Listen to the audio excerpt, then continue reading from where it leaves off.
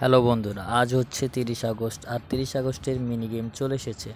তো আমরা কিভাবে মিনি গেম সলভ করব, তো বেশি কথা না বলে আমরা সরাসরি চলে যাচ্ছি মিনি গেমে। আর বন্ধুরা, যারা যারা আমার চ্যানেলে নতুন, দয়া করে চ্যানেলটা সাবস্ক্রাইব করে দিবেন। এরকম নতুন নতুন ভিডিও পাওয়ার জন্য আমাদের সাথেই থাকবেন। ধন্যবাদ সবাইকে।